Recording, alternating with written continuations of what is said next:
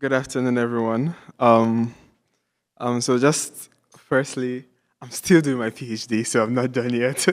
um, oh, it's fine. It's fine. Yeah, that is prophetic.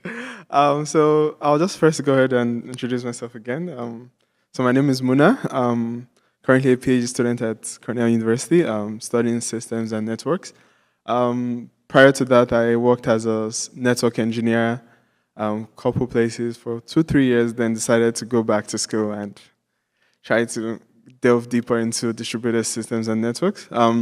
I personally also have a flair of trying to explain concepts, networking concepts, also network automation very simply, and I have a personal blog, Networks by Muna, so you can take a look.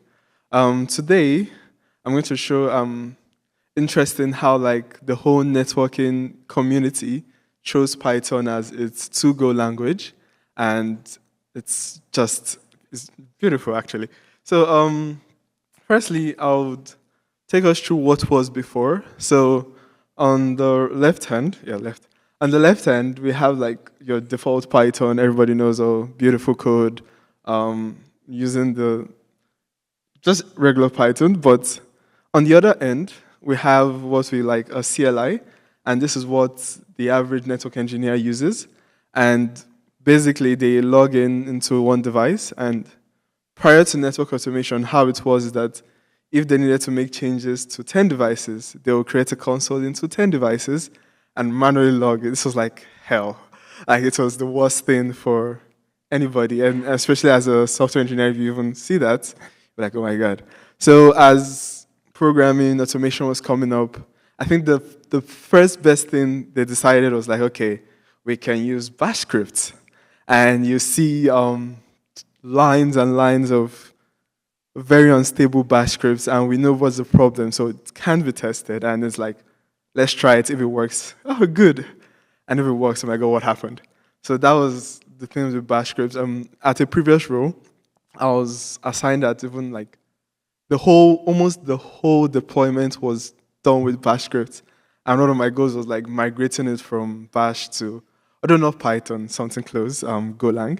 So, but it's historically like, it was, you can see like 100 or 500 lines of code that is pushing configs to thousands of devices, and only one person knows how that works because he just puts one grep command somewhere in that line that changes the name of the file or the name of the iOS.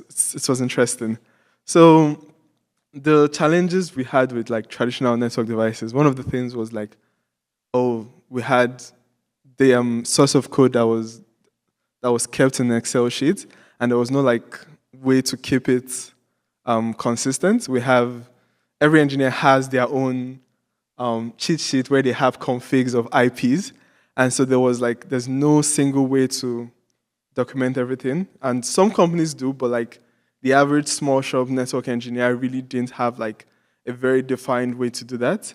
Then there was like lack of abstraction. You see like engineers have to learn like, oh, we have to learn Cisco, how things are done with Cisco. You have to learn how things are done with Juniper, Arista. Like the vendor market was like a lot, although predominantly Cisco, but most times you had to learn different ways to use different devices. So it wasn't like scalable, and you just had like just the like really, really like people that have been there for like 20 years, 30 years. So a new network engineer has to like do all these certifications, different vendors, and every vendor does things differently. So it was a bit haphazard and lack of tests. So you push config, and most times the best way is okay. Nobody's complaining, so everything should be good. So that was the best way. So although like 10, 15 years ago, I think that's when it started, when network engineers started adopting Python, and we're seeing, I actually used AI to generate this. You see when Python is now like the forefront to network automation at different scales, even from like industry tools like Ansible, where the backend is still Python, to like engineers building their own scripts. So today I'm going to major on some libraries that have really helped network engineers and will also help network engineers in managing their network infrastructure via Python automation. And these are the major the major libraries I was speaking about. We have Netmiko, some very familiar like Ginger, but then have Nornir, we have pyATS, and we have Napalm. So all these libraries are like different tools that has helped, that all Python based, and they really helped be able to have this full infrastructure as a code that can be built by the engineer himself and not necessarily have to spend so much money in like getting some software, because there is some like industry software that can do like the um, unified source of truth and all of that, but having this mostly open source software has really benefited every the network space. So I'll first be going with Netmiko. So Netmiko was like the first, is the basically it helps everyone log into the device. It's like a automated SSH. It helps us log into the device cleanly without having like to know the intricate like commands, and it helps us connect to devices without like knowing the bare basics of like, okay, SSH. So yeah, so this is all you have to do. So with Netmiko, all you have to do is you have your device name, the credentials, and you just call the function, use the with and call the function, and it will print out the sample output is on the side. It will give us like the information we need. So we don't have to manually console into different devices. So we could easily do this. We could easily do this to read configs, and we can also use it to push configs. So if you had like a config in your network router, we could easily do that with a call of a function, where we just have the commands in a Python list and parameters saved in a dictionary and just call it, and we push a config. But this still has like a lot of, it's better than where we were, but there's a lot we can still do better. For instance, we have all these parameters just being static in a Python code, and that's where Nornir comes in. So Nornir is like a Python library that helps us with two things. It allows us to push configs in parallel and inventory-driven automation. So basically, what it does is it also provides us with ability to save our configs in a YAML file, and so let me just move here. Yes. So we save our configs in a YAML file. That way we don't have to keep it statically in our Python code. So Nornir is able to read the configs of each device. So there's the host YAML and I named this wrong. Sorry. There's the host YAML and the groups. So this is the host. And so the one on the left is the host, and one on the right is actually the groups or YAML. And that's where we can save common characteristics among devices like the platform. So in case in our network, all the platforms have the same password or there are similarities between them, we can save it in our group.yaml file. So with Nornir, all you need to do is you instantiate it, and it will do this automatically, where you can just push a command and it can loop through it won't actually loop it, it will send that command to all your network devices, and it's do that concurrently. This is on the right is the sample output, and to tell you, okay, it can show you the commands that was sent, and you can actually now do this with and filter out some devices. So from our groups.yaml file, we can say, okay, this set of devices are in a particular location. So if you want to send a particular config to some set of devices with some set of attributes, we can filter it, and that is done very seamlessly. And so that was like the huge benefit for Nornir. Then we have pyATS and Genie, and this is hugely beneficial for testing. So this now just moves it from running scripts, and we can actually build a complete framework with Python. So we can give me a second. So with pyATS, there's now, it also uses the same what's it called? It uses the same YAML structure as Nornir and Netmiko. And in case I failed to mention that earlier. So Netmiko is basically just for like SSH connect and connection to the devices. But with Nornir didn't create its own platform. It made use of like a Netmiko plugin. So it still uses Netmiko to connect to devices, but it then is able to do that in parallel, and is able to do that, and it now reads from Nornir's data files. But with pyATS, it's like its own separate framework. So you have to now, it has its own YAML file, which is the test bed, where we put in like the devices we want to test. So you put in the devices we want to test, and it connects to it, but it doesn't use Netmiko. And one of the benefits of pyATS is Genie. So with pyATS, instead of just, with Netmiko and Nornir, what we had is like, okay, it pushes the command and it gives it to us, and we can then parse the text it gives us. Let me just go back a little. For example, with Netmiko here, it still just gave us the text as like a blob of text, and it was still our responsibility to either use TextFSM or regex to now like pass through the text. But with pyATS, it does with Genie. Genie has its own like inbuilt parser that helps us breaks the text blob into like structs and well-defined dictionaries. For example, if we use Genie and pyATS with Genie, when we say send for the show command to like, when we use the command to show like the interfaces, it will give us like a well-defined dictionary, which helps us with testing. So we don't have to now manually parse it ourselves and say, oh, okay, where is the 5th column of the 4th column? This does that all for us. So we can just directly test like, oh, the IP address for the gigabit one, is it this? And this is benefit. So it's like any test you write with Python, it can be as simple as that, where you just have your pre-state, your post-state. It takes it in, and it can even help us with the diff.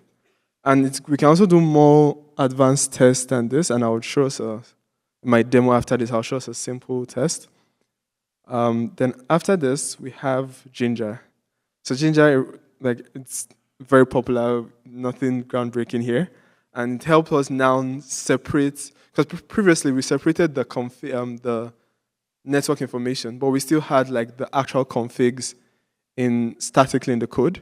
But with Ginger, we're able to now also totally abstract that. And so right now, we have our inventory, the host, the config, the template. So config, the YAML, I don't think I spoke about this earlier. This is basically, so Netmiko has like a structure for reading its data paths. So it directly reads configs. Then configs will now link you to the data, to the host YAML file. So with that, and you now also give us the Ginger template, it renders it and gives us a config to push. So with this, we don't need to now like have manual static configs in our code. And I think this is it's too small. I think it's okay. So this is like just a code block for our code, and you see it's very simple. And I do a lot of comments here, trying to explain everything. I think I overdid it. But the point is that we didn't have to save any like static config. That way we can easily edit it in our files, and the code remains the same. Then lastly, before I go to the demo, then there's Napalm, the abstraction layer. So previously, most of the not all, but most of the libraries I spoke about were majorly geared towards like Cisco, because Cisco is like the leader in networking vendor space. So, but with Napalm, it gives us the ability for multi-vendors, for multi-vendor compatibility, where we don't need to now have like a different code for our Cisco automation, different for Juniper, different for Arista. With Napalm, everything was baked in to be vendor agnostic. So for example, and it has like different help functions that help us get, like if I do get facts, irrespective of the vendor, it's going to give us all this information on the right. So in Cisco, for example, I know you might do show version to get some of these configs. For Juniper, it might be different. for array style might be different. So Napalm helps us in that fact of having in pre-built helper functions. Then it also helps us in pushing configs too. We can easily push, because we can easily push like configs to different vendor types. And this is like the stack at a glance. And it just gives us like all these libraries that are very helpful. So like Netmiko answers the question of, okay, how do I command? And if you just want to do like a real quick check to your network devices, you can use Netmiko. Then Nornir does how do I scale it? That's what Nornir answers. Ginger helps us generate a config. Then pyTest helps us with validation. And Napalm helps with multi-vendor abstraction. And the full goal, which has been really good, is the network engineering space is moving to, instead of thinking of it as configs and separate like scripts, we run scripts in our CLI, there's this move towards like a full CI/CD pipeline where we have like full project structure and where before you even make a change, and most companies do this, but it's not like most bigger companies do this, but not every like network engineer currently does this, where you don't just push configs, you have like a pipeline where before it pushes it, it runs the test, so we can use our pyATS to run tests before. Then when it pushes, it does verification tests that only what you intended to change. And it doesn't just do this by checking the configs you pushed. It does like even checking the operational state to see, okay, nothing else happened. And so we're having this move where most of the network engineering space is gradually moving and adopting Python. And I think Python, since it was accepted as like in the early days, all 90%, well, let's say 80% of most automation libraries or software that are being built are based off Python, if not directly Python. Then I planned a quick demo for today to just show this in practice. I have 11 minutes. So I'll just do first like a pre-check, then I will make some config changes, then we'll use pyATS to do a post-check and verify that everything we're using is, every change we intended to make, that's what happened. So I'll be connecting to a Cisco Dev sandbox, and I'll majorly be making changes to 2 of these devices, but this is what I'll be manually connecting to. So it's a, excuse me. So it's a Cisco Dev sandbox. They allow us like access into their devices. So before let me just show us give me a second.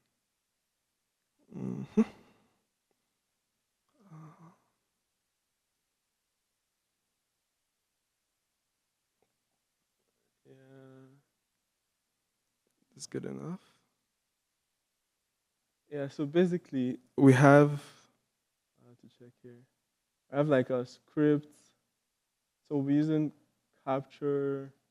So I'll first capture the current state of the network. Then I would deploy some configs, which is basically just loopback configs and network time protocol. Then I'll now do some verification tests using test deployment to see if what we did before and after, just to show like how these libraries are used all together. So let me bring this in. Yes. I think this would have been better to just show you the file structure instead. Yes. So we have scripts. So we have scripts.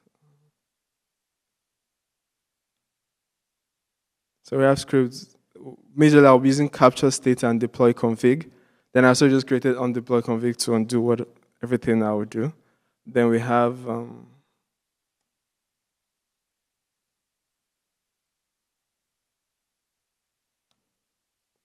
test deployments, which will now do verification. So let me first run I think I have it here. Yes, I'll run capture state and pre-change state.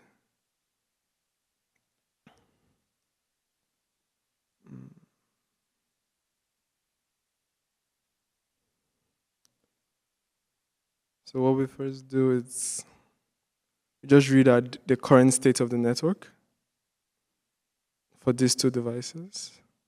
The Catalyst 8000, the Nexus 9K, which are both Cisco environments. I couldn't get, I would have loved to do like a multi-vendor example here, but I wasn't able to do that. Then I want to deploy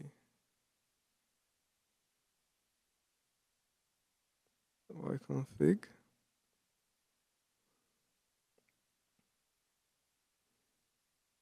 Yeah, so if you see here, simply we push config to two files. The N9K, just the NTP server, we just updated the network time protocol server, and we added the interface loopback, which is like for non-network people here. An interface is as good as like a virtual interface, which is like your virtual NIC. Yeah. Then I did that for the second device, the Nexus. Then I'll then capture the state for post. But this being a demo, I tried to make it very straight to the point.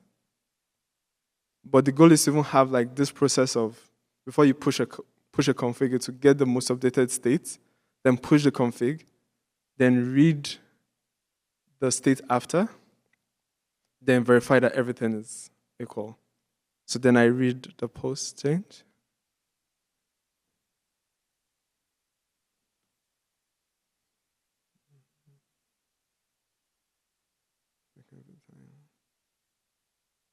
Okay, then now I'll test it.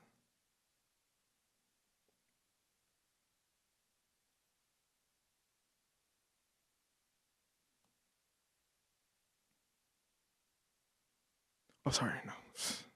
PyTest. Then there's VDSS.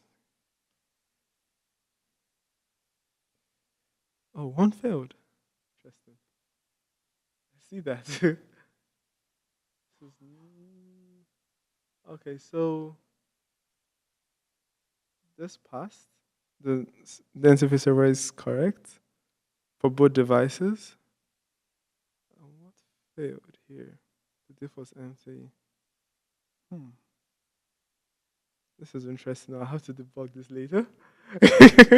Not going according to plan, but which is good actually. So we see this is actually a good thing. It shows that if your code didn't, if your configs didn't push accordingly, it will catch it. So then you go debug and then fix it. So I won't do that now because of the time. And most of this is just most of this one here is just using some of the libraries we're calling has some. Yeah, most of the libraries we're calling has some tools that need to be updated, but this is not most of us. But we have a bug here, but yeah. So it says not actually a bug. The diff was empty, so no config was pushed. So it tells us that no, so we can't just assume that our config was pushed. So I think this is the end of my demo. Give me a second. Yes.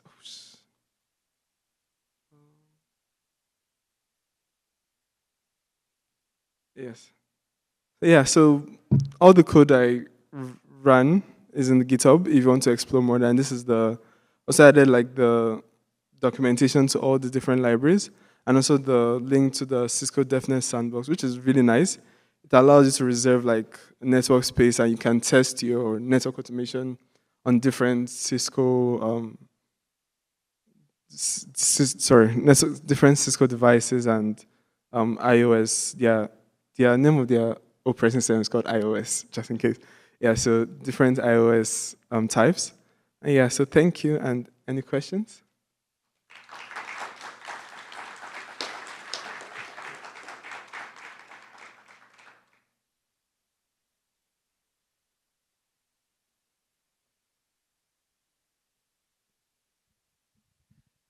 Great talk. It's a really great amount of libraries and tools, so this is awesome.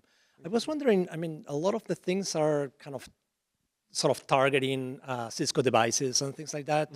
I personally have worked with pyATS and things like this.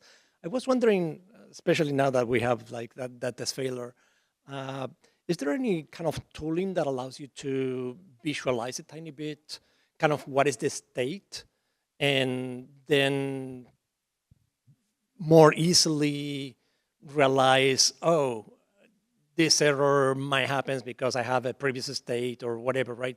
So it gives me more a more clear understanding of what can have caused this problem, whatever, right? So you're looking like, is there more like a visualizer, and instead of just like has seen everything in CLI, more of like a graph maybe? Maybe because, I mean, the state sometimes of these machines can be massive, Yes, right? yes. And trying to figure out in so much data is hard. It's hard, yeah. And I know there's, so unfortunately, the company I worked with previously, where we had something like this, it was more of like an in-house inbuilt tool. So I don't think that exists, but I'm definitely sure there is. There is, because the networks, a lot of people need this, a lot of network administrators need this when they are running fleets of network devices, where they just have everything in pictures, and when they run tests across, the specific devices that are not working can be red. I think I can actually go check that, and maybe in my blog I'll write about some nice tools that I use today. But one thing I also wanted to just show is that sometimes, especially when you're dealing in IT, you have to give the higher ups or the people handling the money reason why we should invest. So sometimes having this self-built system of you just using Python and all these are free to show first that okay, you can actually have network automation without paying so much amount of money. Because I'm sure that software, by the time I go check for it, will not be free. It will definitely not be free. So that one of the goals I was showing is that sometimes you don't need to spend so much money to start your journey into network automation. And once you start doing things yourself, definitely, although you can do a lot with the amount of free resources, it's to get to a point where you might need to invest and now actually purchase resources, use Ansible, use more Terraform, use more tools. But yes, to answer your question, yes, there are much more tools that are more sophisticated. I know, for instance, Netbox is used for like inventory management, and you don't have to do the manual way.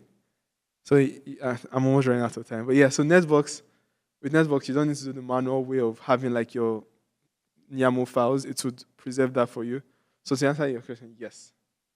Thank you.